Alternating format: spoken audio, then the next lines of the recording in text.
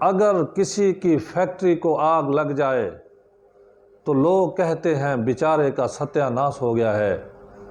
اگر کسی کی آنکھ چلی جائے تو لوگ کہتے ہیں بندہ نابینا ہو گیا ہے، اس کی نظر چلی گئی ہے۔ اگر کسی کی ٹانگ ٹوٹ جائے تو لوگ کہتے ہیں یہ معذور ہو گیا ہے، یہ لنگڑا ہو گیا ہے۔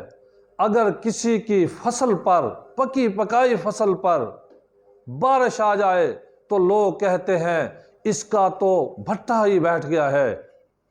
اگر کسی کو کسی وجہ سے کاروبار میں نقصان ہو گیا ہے تو لوگ کہتے ہیں اس کا تو بالکل ہی ستیہ ناش ہو گیا ہے۔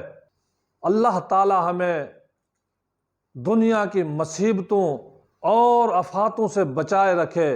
اوئے ہوئے بڑے افسوس کی بات ہے، اتنا نقصان کسی کی فیکٹری کو آگ لگنے سے نہیں آتا، اتنا نقصان کسی کی ٹانگ ٹوٹنے سے نہیں ہوتا، اتنا نقصان کسی کی آنکھ ضیاء ہونے سے نہیں ہوتا، اتنا نقصان کسی کو کسی کاروبار میں گھاٹا آ جانے سے نہیں آتا۔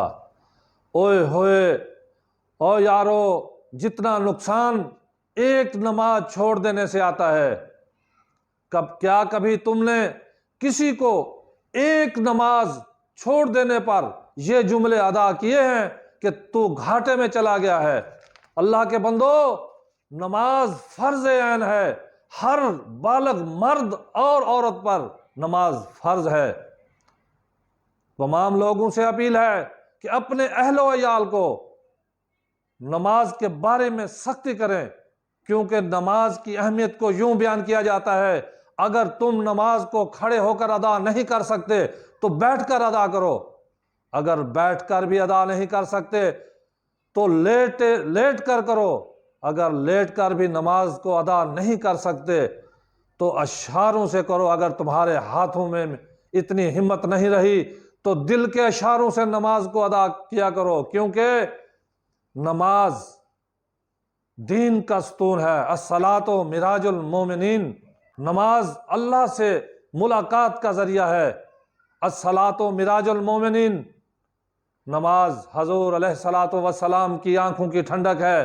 قرآن میں آتا ہے نماز بے حیائی اور برے کاموں سے روکتی ہے۔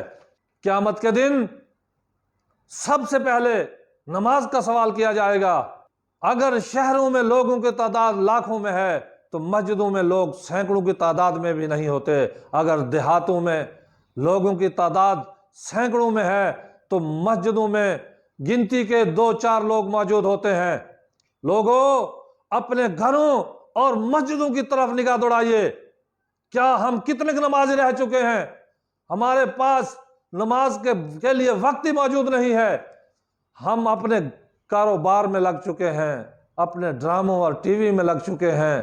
اپنے افسوس کی بات ہے جب اذان دی جاتی ہے تو افراد گھر میں 20 موجود ہوتے ہیں، لیکن افسوس افسوس صد افسوس، نماز کی طرف کوئی ایک بندہ بھی نہیں جاتا۔ جب اذان دی جائے تو لوگ نمازوں کی طرف جائیں، لیکن افسوس کی بات ہے ایک بندہ بھی نماز کی طرف نہیں جاتا۔ اور یہی حال ہمارے کرکٹ کے گراؤنڈوں کا ہو چکا ہے، یہی حال ہاکی کے گراؤنڈوں کا ہو چکا ہے، اور یہی حال دربار کے عرس کے میلوں کا ہو چکا ہے۔ اللہ ہمیں معاف کرے، ہم نے نماز کو چھوڑ دیا ہے، ہم نے نماز کو بھلا دیا ہے۔ اللہ ہمیں معاف کرے۔ لوگوں، اگر زندگی میں کامیابی چاہتے ہو، اگر زندگی میں کامیابی چاہتے ہو تو نماز کی طرف لوٹ آؤ، کامیابی کی طرف لوٹ آؤ۔